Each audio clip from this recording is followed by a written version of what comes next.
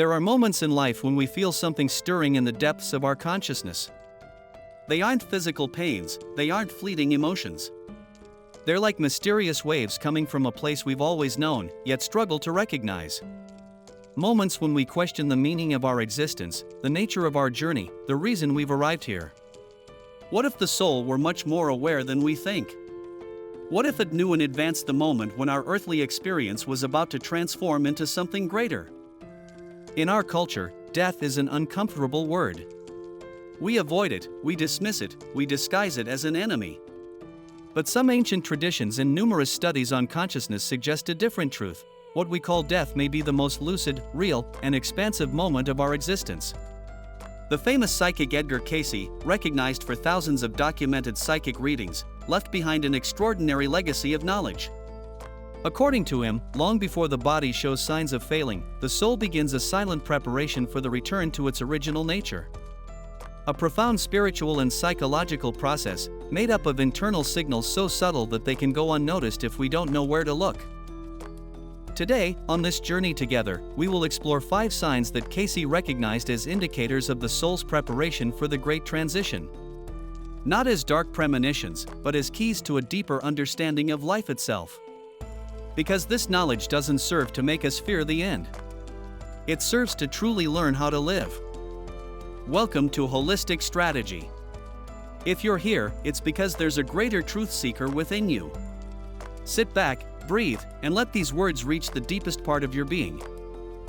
Before you begin, remember to subscribe to the Holistic Strategy YouTube channel and leave your precious like. This will help us create new content. Now, sit back and let's begin the journey. 1. The Sacred Inner Retreat. The first movement is almost imperceptible, yet profoundly transformative, a call to solitude. It's not sadness, it's not social isolation.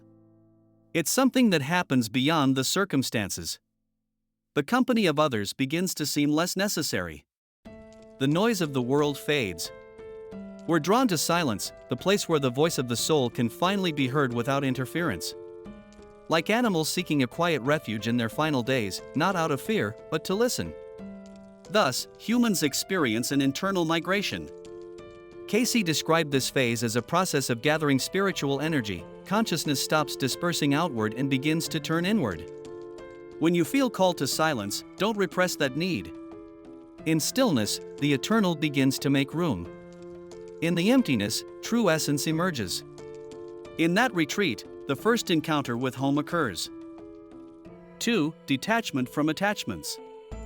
The second phase is a gentle but inevitable liberation, detachment from the material and temporary. The objects we cherished lose meaning. Ambitions dissolve. Conflicts suddenly seem meaningless. This isn't apathy. It's purification. The soul chooses what it will take with it and what it will let go. And it never chooses based on what the world considers success, but on what resonates with love, wisdom, and truth. Cayce argued that the soul cannot rise if it remains imprisoned in what pertains only to the physical dimension. It is then that we begin to understand that nothing truly belongs to us except what we have loved with purity. Detachment is a blessing, it removes the superfluous and leaves only what we truly are. 3. The expansion of perception. Once material boundaries begin to dissolve, consciousness opens beyond what the eye see. This is the third sign, a broadening of perception. Dreams arrive that seem more real than everyday life.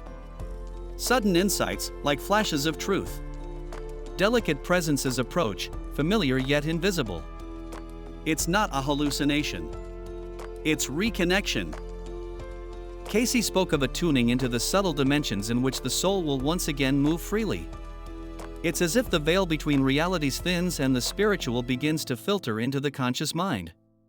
The heart recognizes what reason struggles to explain. These moments are not to be feared. They are proof that death is not loss, but expansion. That what we call the end is actually a return to wholeness. 4. The review of life.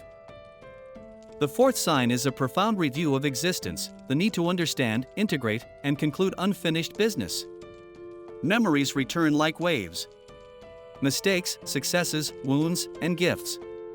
Not to judge you, but to complete you. You want to forgive. You want to ask for forgiveness. You want to say the unspoken words. The past becomes a bridge to cross, not a burden to bear. Many who have had near-death experiences describe a complete review of their lives.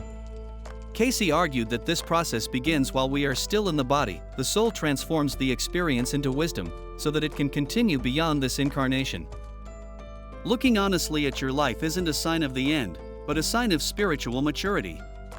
It's the freedom that comes when we understand the meaning of our journey. 5. The call of home. The fifth and final sign is the most profound, a feeling of return. It's not the physical home of our childhood memories. It's nostalgia for the spiritual place from which we came. We experience the universe as a familiar embrace. We look at the sky, the stars, the sea, and we feel that they belong to us. That we are part of them. That we will return to them. Fear fades. Only peace remains.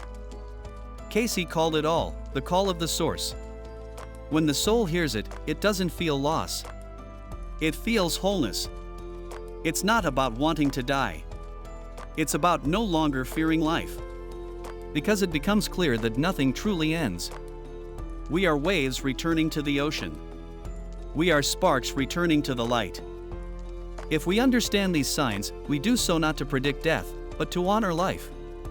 Because every moment we live is part of a larger process, a continuous awakening of consciousness to who we truly are. When the soul prepares for transformation, it is not dying. It is remembering. Remembering that life is not a line, but a perfect circle. Remembering that this world is not our prison, but our school. Remembering that we are eternal and that what we love, what we learn, what we become, will travel with us forever. Death isn't an interruption. It's fulfillment. And the day we stop fearing it, that day we will finally begin to live free. Thank you for sharing this journey with us. If this reflection has brought you a new perspective, cherish it. And remember, every breath is a gift, every moment is sacred. Share the video with anyone you think might benefit from it. Holistic strategy awaits you in the next video. Keep walking toward your truth. See you soon.